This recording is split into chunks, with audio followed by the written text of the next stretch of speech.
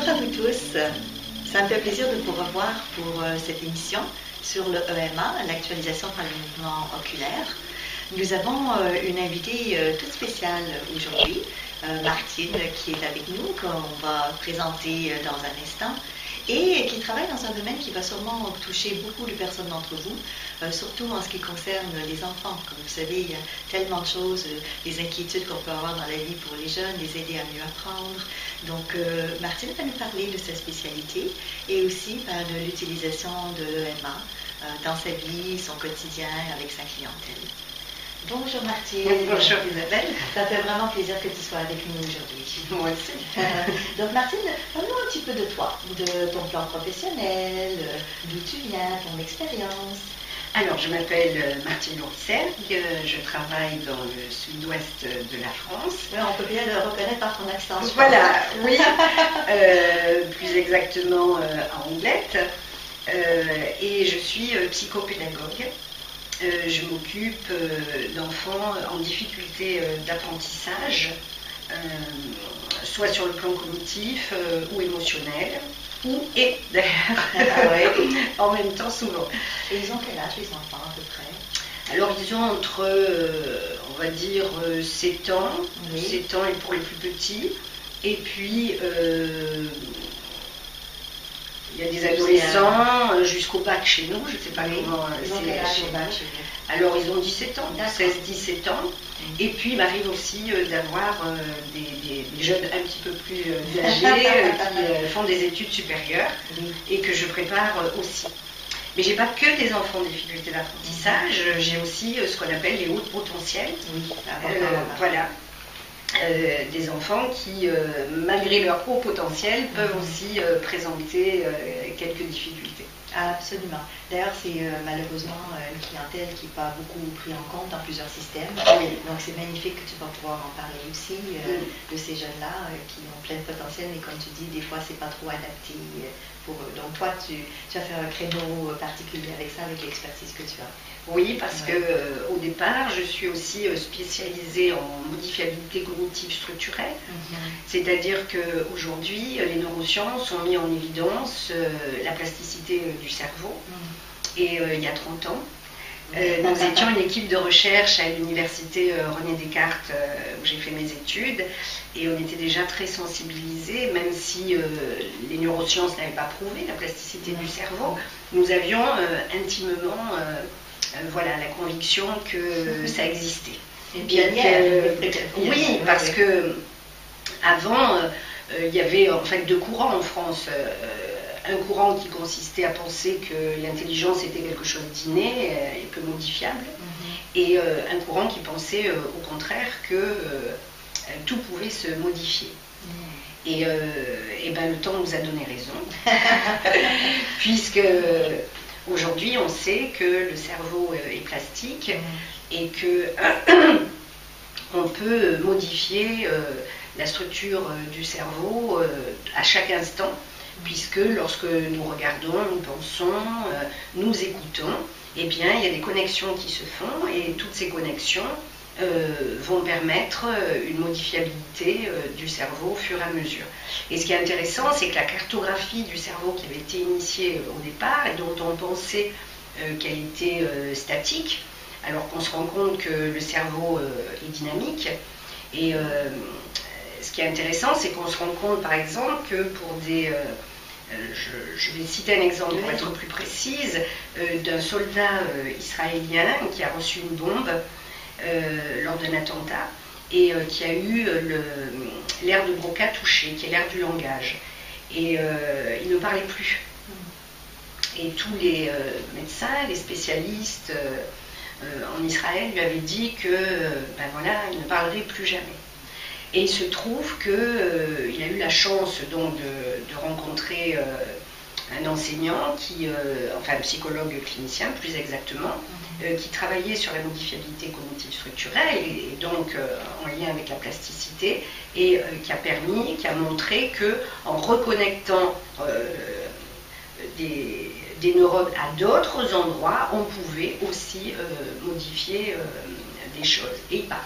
C'est magnifique, c'est vraiment merveilleux. Voilà. Oui. Oui, donc tu as une belle expérience aussi de recherche. Oui, c'est ça, c'est ça. C'est-à-dire que ça fait 30 ans oui. que je m'intéresse à ça parce que j'ai toujours cru que chaque individu a une très grande potentialité en soi. Et que dans l'enseignement, en tous les cas pour ce qui concerne les apprentissages, quand un enfant est en difficulté, je pense que c'est l'enseignant aussi qui est en difficulté face à sa carte du monde. C'est-à-dire que je crois que la difficulté, elle est là. Chaque être est unique et comprendre ce qui se passe et ce qui se joue à ce moment-là, c'est souvent difficile pour un enseignant parce que je pense qu'il manque des choses dans l'apprentissage des enseignants et notamment justement la façon de regarder l'enfant et d'observer aussi son regard. Dis-moi, dans ta spécialité, tu travailles en individuel avec les enfants ou avec, comment ça fonctionne exactement? Oui, aujourd'hui je travaille en individuel. Avant, je travaillais sur des groupes. Oui, d'accord. Donc, c'est un petit peu différent parce que le groupe, il apporte aussi quelque chose, bien sûr, à chaque individu. Oui. Mais l'individuel, c'est bien aussi. C'est bien aussi parce que ça permet de s'adapter encore plus à l'enfant. Et voilà, et c'est comme un... Pour moi, c'est comme un travail d'artisan. En fait, un psychopédagogue, avec les outils qu'il a, c'est un révélateur de potentialité. En tous les cas, c'est comme ça que je le Oui, moi, je vois ça comme ça aussi, c'est vrai. C'est vrai. Ouais. Donc, il y a quelques années, tu as appris l'approche de l'EMA, l'actualisation par les mouvements oculaires, que tu as intégré à ta pratique. Tout à fait. Oui, pourrais-tu nous parler un petit peu de ça? Parce que je sais aussi que tu avais fait du EMDR à l'époque. Oui. Donc, où tu en es dans tout ça? Voilà. Alors, assez rapidement, je me suis intéressée au mouvement oculaire. Parce que je trouvais que ça pouvait être une piste effectivement enrichissante. Et j'ai commencé par le MDR, qui traite effectivement tout ce qui est stress post-traumatique. Et dans les séances, j'ai eu l'occasion de me rendre compte que, eh bien pour certains, ça a provoqué des abréactions. Et, peux-tu expliquer c'est quoi une abréaction? Alors une abréaction, c'est lorsqu'on reconnecte un événement traumatique et au moment où la personne revit l'événement, pendant le traitement, elle a des... comment dirais-je, il peut y avoir des effets. C'est-à-dire que tout d'un coup, la personne peut se mettre à avoir des spasmes, peut se mettre à bouger dans tous les sens, peut se mettre à vomir. Voilà, il y a des effets quand même physiques qui peuvent être importants dans les cas de stress post-traumatique. Et donc ça, moi, j'étais pas voilà, très confortable avec ça parce que mon idée, c'était que, au lieu d'aller toujours, c'était l'idée que j'avais, l'intuition de départ, qui était de toujours travailler sur cette souffrance, toujours réactiver la souffrance, les zones de souffrance. Je sais pas, il y avait quelque chose qui me gênait là-dedans. Cela dit, ça fonctionne bien, il n'y a aucun souci avec ça. C'est moi qui était, voilà, je me disais, est-ce qu'il n'y aurait pas une autre façon peut-être d'envisager les choses? Et donc j'ai continué à faire des recherches et j'ai trouvé l'EMA, c'est-à-dire voilà. Et quand j'ai commencé à regarder les premières vidéos, ça m'a complètement parlé. Parce que je me suis dit, là, il y a peut-être quelque chose qui effectivement est différent. Donc j'ai commencé à investiguer sur la France et j'ai trouvé donc un organisme de formation qui est Biformation, avec lequel j'ai été me former dans un premier temps en PNL et à l'occasion d'une de ces formations, j'ai demandé donc à notre formateur, Évrard, qui était formé lui en EMA, s'il pouvait me faire une séance. Et il a accepté, j'étais très contente. Et donc à la fin d'une journée de formation, ceux qui étaient intéressés par la démonstration sont restés. Et là, il s'est passé pour moi quelque chose d'extraordinaire et qui n'a fait que conforter ce que je sentais intuitivement, à savoir que j'ai été chercher une ressource, puisque dans l'EMA, on travaille sur des objectifs et on va chercher des ressources, et j'ai été chercher une ressource dans l'événement le plus traumatique de ma vie. Wow. Et là, ça a été une révélation. Parce que cet événement, je l'avais travaillé, bien entendu, avec beaucoup de thérapeutes, avec des méthodes différentes, avec des angles différents. Et jamais j'avais trouvé de ressources dans cet événement-là. Et là, ça a été la surprise totale. Oui, il pouvait y avoir une ressource, mais ça a été au-delà de ça. C'est-à-dire que ça a modifié complètement la façon dont je me suis appréhendée moi, dans l'image de moi, l'estime de moi et la confiance en moi. Et ça a été tellement fort que bien entendu, j'ai voulu me former tout de suite, et donc j'ai fait partie du premier groupe français à être formé. Et ensuite, bien sûr, j'ai continué l'aventure jusqu'à l'enseignant, parce que je me disais, c'est formidable, parce que ce qu'il y a, je trouve, de très intéressant dans la méthode, c'est l'autonomie qu'elle permet aux clients. C'est-à-dire qu'on apprend à l'autre à repérer ses propres compétences, ses propres ressources, ses propres forces. Et ça, c'est bien parce que quand on n'est plus là, eh bien, il peut se reconnecter tout seul à toutes ces dimensions. Et ce qui m'intéressait aussi dans la méthode, c'était ça, c'était l'autonomie. Et puis, il y avait autre chose qui m'intéressait, si je fais le différentiel avec le MDR, c'est que dans le MDR, le client, il est accompagné par effectivement le thérapeute ou la personne qui fait la séance, et il est guidé par un mouvement oculaire qui initie le thérapeute, et c'est lui qui décide de ce qu'il faut faire. Alors que dans le MA, c'est pas ça du tout. C'est-à-dire que le client, l'enfant, enfin ça dépend, va choisir lui-même la manière dont il va relier les points en totale autonomie. Il n'y a pas de geste qui est fait, qui est induit par l'accompagnant. Donc je trouve ça aussi très intéressant, parce que ça laisse une liberté pour la personne de faire exactement comme elle veut, et donc on est d'autant plus dans son écologie à elle, dans le respect de ce qu'elle est. Dis-moi, par rapport à une clientèle de jeunes, en quoi est-ce que c'est aidant justement pour eux qu'ils soient autonomes dans leur fonctionnement?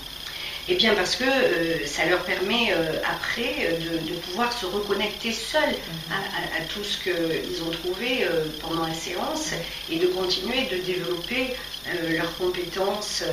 Moi j'ai toujours pensé que si on focalisait sur des expériences, on va dire positives, alors on est obligé de mettre des mots aussi pour la compréhension, mais positif, négatif, pour moi n'existe pas en soi, puisque nous faisons tous des expériences. Mais si on focalise son regard sur des expériences positives, ce qui se passe au niveau du cerveau, c'est qu'il y a énormément de connexions qui vont se faire dans cette relation-là, positive, enrichissante, quelque chose qui pousse l'autre, qui est énergétique aussi. Et on va donc développer d'autant plus tous ces possibles. Donc c'est ça aussi qui m'intéressait, c'est un changement de paradigme. C'est-à-dire, au lieu de me focaliser sur ce qui ne va pas, sur ce qui est souffrant, sur ce qui est difficile, et qui ne fait que finalement renforcer tout ce qui est difficile et tout ce qui est souffrant, eh bien je choisis, par cette méthode justement, de me focaliser sur tout ce qui est positif, tout ce qui est en moi, tout ce qui est en devenir, tout ce qui est potentiel, et tout ce qui a déjà été acquis, puisque on sait que tout petit, déjà, un enfant fait des milliers d'expériences, et tout au long de sa vie, nous faisons des milliers d'expériences. Et ce qui est fabuleux, c'est que toutes ces expériences, elles sont engrangées en nous, elles sont quelque part en nous. La difficulté, c'est que quelquefois, eh bien, on ne sait plus où on les a rangées. Et le MA, ça permet ça. Ça permet par le regard, puisqu'en fait, il suffit simplement de suivre le regard de l'autre et d'observer, et de lui faire prendre conscience de où se pose son regard à ce moment-là, quand il parle d'une expérience ou quand il veut atteindre un objectif. Tout est là devant nous, à qui c'est observer, bien sûr. Dis-moi, dans ta pratique, tu as sûrement déjà entendu ça. Des fois, les gens vont dire oui, mais si on ne va pas dans le problème, on ne va pas en profondeur, ou ça n'amènera pas vraiment de résolution, ou on ne peut pas vraiment travailler correctement. Qu'est-ce que tu dirais, toi, dans ta pratique, le fait d'aller du côté constructif comme Eh bien, c'est vrai que pour moi, ça a changé aussi ma perception des choses, parce que j'entends tout à fait les gens qui disent ça, il faut aller à la cause, il faut chercher le problème, tant qu'on n'a pas trouvé la cause, on ne peut pas résoudre. Eh bien, aujourd'hui, avec ce que je sais, ce que j'ai compris, je dirais c'est pas juste. C'est pas juste, pourquoi? Pour la simple raison qu'on avait oublié un facteur à ce moment-là, je pense, c'était la plasticité du cerveau. C'est que le cerveau est extrêmement intelligent, il sait ce qu'il faut faire. Et donc, de partir de l'instant présent avec ce qui est l'objectif que veut atteindre la personne dans l'instant présent, et le fait de savoir qu'effectivement le cerveau est capable de se réorganiser, de trouver d'autres chemins. Est-il obligé, est-il très utile d'aller encore repartir dans des zones comme ça qui sont souffrantes? Et si on choisissait un autre chemin qui est justement de dire à la personne d'aller se connecter à ses ressources, à ses compétences et à ses forces? Eh bien, moi, ce que j'observe dans ma pratique, c'est que lorsqu'on fait ça, eh bien, on a des résultats extraordinaires parce qu'on les a tout de suite. La personne peut mesurer tout de suite qu'elle est dans un état, en début, état émotionnel, en début de séance, qui n'est plus du tout le même à la fin de la séance. Et donc, elle mesure tout de suite le progrès qu'elle a fait. Elle peut évaluer ce progrès, cette distance qu'elle a parcourue. Quand on est dans le trauma, quand on est dans la souffrance, c'est très difficile. On peut passer des mois. Moi, j'ai vu des gens même passer des années. Et ces gens-là qui avaient vu beaucoup de thérapeutes, eh bien, quand on les retrouvait quelques années après, on n'avait pas vraiment l'impression que ça avait beaucoup modifié leur vie. Je ne parle pas de tout, je parle des choses que moi, de mon expérience. Et souvent, voilà, ils ne savaient plus comment faire. Alors que là, justement, on a quelque chose qui remet de l'optimisme, qui remet une force de vie, une force énergétique. Et moi, je trouve que c'est fabuleux. Et pour moi, c'est un changement de paradigme. Je pense vraiment que c'est un changement de paradigme et que l'EMA a tout intérêt, justement, à investiguer dans plusieurs domaines et faire beaucoup de recherches autour de ça pour, justement, montrer qu'on est sur un changement de paradigme. Dis-moi, dans ta clientèle, pourrais-tu nous citer des exemples? Donc, l'utilisation de l'EMA jeune. Oui, alors je pense à un exemple récent, là, d'un jeune qui s'appelle Théophile, et qui est en seconde, donc qui va faire 16 ans, et qui est joueur de hockey. Hockey sur glace. Ah oui. Et sport national chez nous. Voilà, qui est joueur de hockey sur glace. Et donc, il préparait les championnats de France et il m'a donc demandé de l'aider parce qu'il était en pression, en tension interne. Parce qu'il avait ses cours la journée. En fin d'après-midi, quand il rentrait, il faisait le travail scolaire qui lui était demandé. Et en soirée, jusqu'à 11h minuit, il faisait ses entraînements. Donc, quart de finale, demi-finale et finale, ça faisait beaucoup et il était fatigué, sous pression et un peu sur le point d'exploser. Puisqu'il m'avait même dit, j'ai envie de taper sur les murs. Voilà. Donc, il y avait une pression très forte à ce moment-là. Et je lui ai proposé de faire de l'EMA. Et il a accepté, au début un peu décontenancé, donc je lui ai expliqué, il m'a fait confiance et je l'en remercie. Et puis, bon, voilà, il est allé chercher ses informations, ses ressources, et en fin de séance, il m'a dit, mais j'en reviens pas, c'est pas possible que c'était aussi vite, j'ai une patate d'enfer. Voilà, il était souriant, il avait complètement changé d'état, et il était super, donc je me suis dit, bon, waouh, on va voir. Donc, des quarts de finale, ils ont été sélectionnés pour aller en demi-finale. Alors, pourquoi c'est important? Parce que Théophile, il a un poste spécial dans son équipe de hockey, il est gardien de but. Donc, c'est pas n'importe quel poste. Donc, il fallait qu'il soit bien au fort, bien motivé. Et il voyait ça, il imaginait son match, il le vivait déjà à l'avance. Enfin, c'était formidable. Et il a été jusqu'en finale, et ils ont gagné la finale. Et il est donc champion de France à l'heure où je vous parle depuis peu de temps, depuis 3 semaines. C'est merveilleux. Et donc c'était super. Mais ce qui m'a interpellée dans le cas de Théophile, c'est que lorsqu'on a préparé la demi-finale, où là il y avait effectivement beaucoup d'angoisse parce qu'il se jouait la finale, quand il est revenu la semaine d'après et que je lui ai demandé alors comment ça s'est passé, il m'a dit c'est super, j'étais en super forme et tout s'était très bien passé. Il m'a dit mais il y a eu un autre événement qui m'a interpellée parce que dans le même temps, cette semaine-là, il avait eu un contrôle en physique. Et Théophile n'a jamais fini ses contrôles de physique. Parce que c'est difficile, c'est encore difficile pour lui.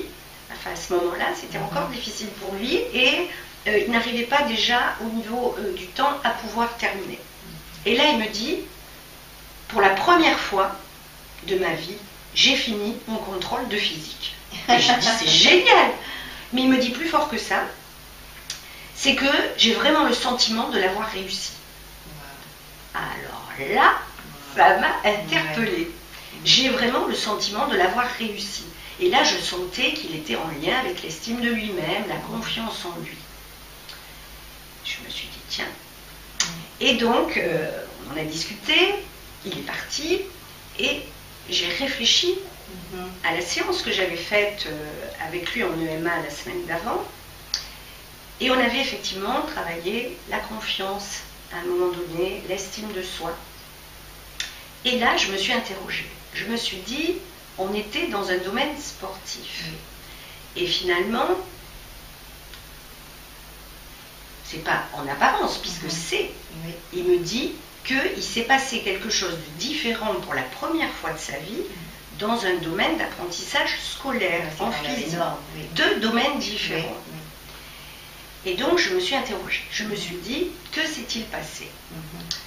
L'hypothèse que j'ai, c'est que dans le MA, nous relions des points. Et je me suis posé la question. Je me suis dit, mais en fait, quand on relie ces points, on fait un balayage. Alors, de relier un point à un autre, déjà pour moi c'est énorme. Pourquoi? Parce que chaque neurone fait environ 10 000 connexions synaptiques. Un neurone fait environ 10 000 connexions synaptiques avec d'autres neurones. On imagine bien le potentiel qu'il y a derrière. Donc c'est comme si d'aller chercher la ressource pour l'enfant, c'est comme si on réanimait quelque chose, comme une réanimation psychique quelque part. Voilà. Et pour moi, l'image que j'ai, c'est comme en fait si à ce moment-là, il y a toute une arborescence neuronale qui s'illumine dans son cerveau, qui prend sa place et boum, boum, boum, ça part dans tous les sens, ça fuse. Et ça éclaire donc toute cette partie qui n'était pas forcément en conscience, puisque l'originalité aussi de la méthode, c'est d'aller chercher des ressources conscientes ou inconscientes, ce qui est génial.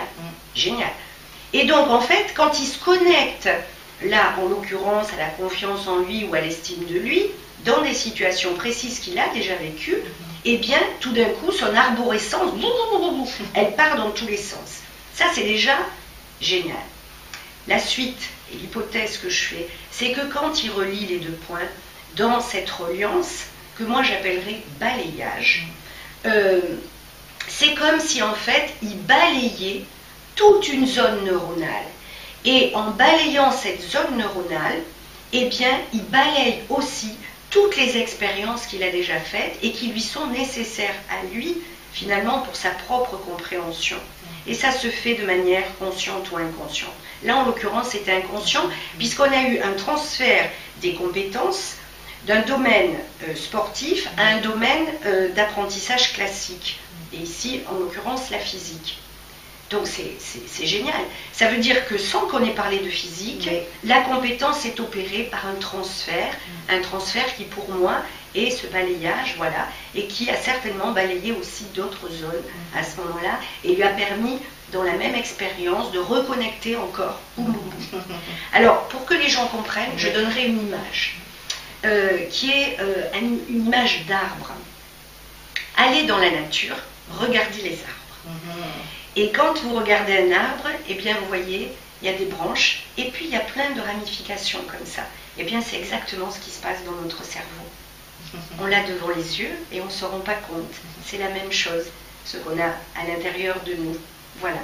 Et on va, à un moment donné, par les mouvements oculaires, boum, aller rallumer comme ça quelque chose que la personne a déjà connu dans sa vie, et hop, c'est parti.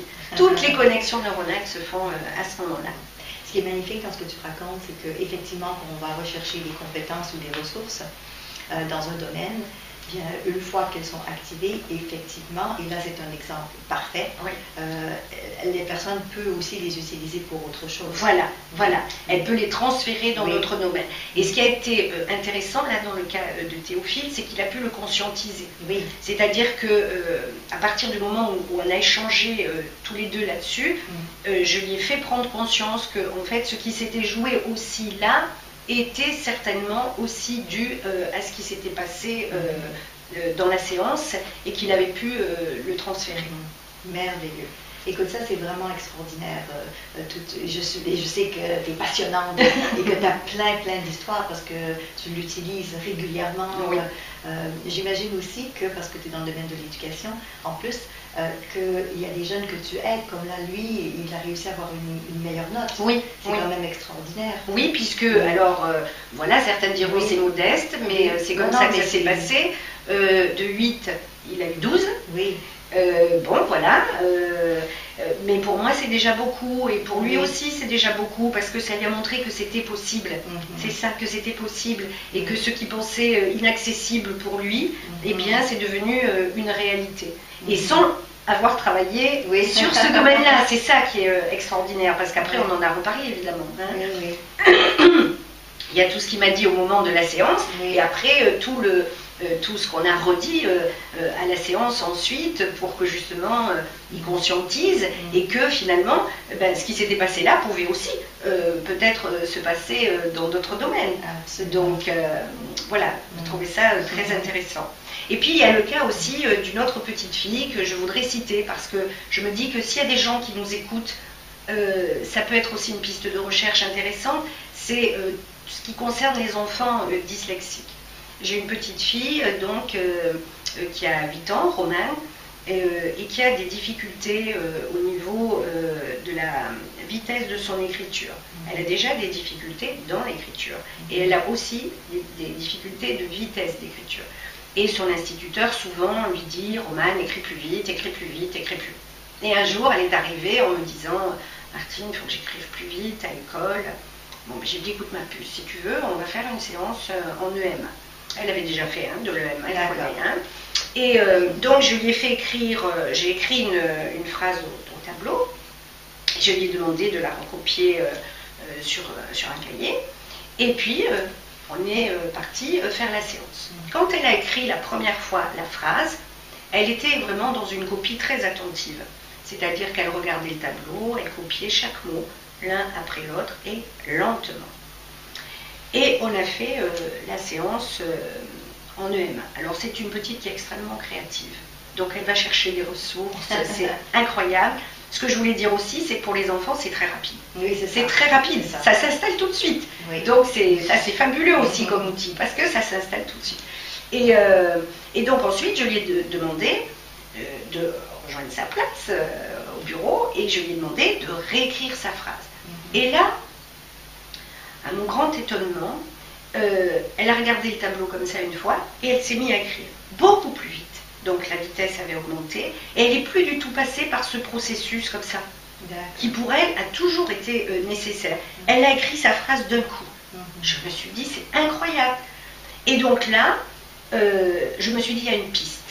Alors bon, là encore, c'est peut-être de l'ordre de l'intuition, mais moi je suis quelqu'un d'expérience, c'est l'expérience. Voilà, après il faudrait peut-être des groupes de recherche plus scientifiques, etc. Mais je me suis dit, là, il y a quelque chose certainement à creuser pour ces enfants, pour faciliter beaucoup les apprentissages, parce que, effectivement, dans le système scolaire, c'est difficile pour eux. C'est difficile et c'est très fatigant, parce qu'ils se fatiguent très très vite. Et là, en 10 minutes, 10 minutes, un quart d'heure, c'était étonnant. Alors, évidemment, j'ai filmé, mon truc était plein, parce que voilà, boum. Donc, je renouvellerai l'expérience, parce que vraiment, c'est une piste de recherche qui m'intéresse. Je me dis que si on arrive à trouver la clé, parce que en fait l'enfant va connecter ses compétences là où elles sont, et il n'y a que lui qui sait. Il n'y a que lui qui sait. Et nous, on ne peut que suivre son regard. C'est tout, mais il nous donne toutes les informations. Et je me dis, mais voilà, si là, c'est aidant comme ça, en tous les cas, de ce que j'ai vu sur cet enfant-là, je me dis, il faut y aller, quoi. Alors, j'aime très bien que tu dises ça parce qu'il y a plein de possibilités de développement en EMA. Et puis, donc là, pour les enfants, il y a plein de choses extraordinaires à tester, à vérifier. Et c'est pour ça que j'en parle aujourd'hui, parce que je pense que dans les gens qui nous écoutent, il y a des gens comme moi qui travaillent avec des enfants, il y a des enseignants qui vont peut-être regarder cette vidéo, et ça peut leur donner aussi beaucoup d'intérêt et beaucoup d'espoir que ce soit plus facile pour ces enfants-là. Parce que c'est vraiment pour eux un parcours du combattant, il y a beaucoup de souffrance. Alors bien entendu, je sais que dans la dyslexie, il y a des degrés différents, il y a des dyslexies légères et très sévères, mais peu importe, si on peut faciliter les choses, voilà, pour moi c'est ça qui compte. Alors, un gros merci Martine, on pourrait continuer encore longtemps à discuter. Merci à toi. Merci à toi. Merci à vous tous et on se reparle pour notre prochaine rencontre bientôt.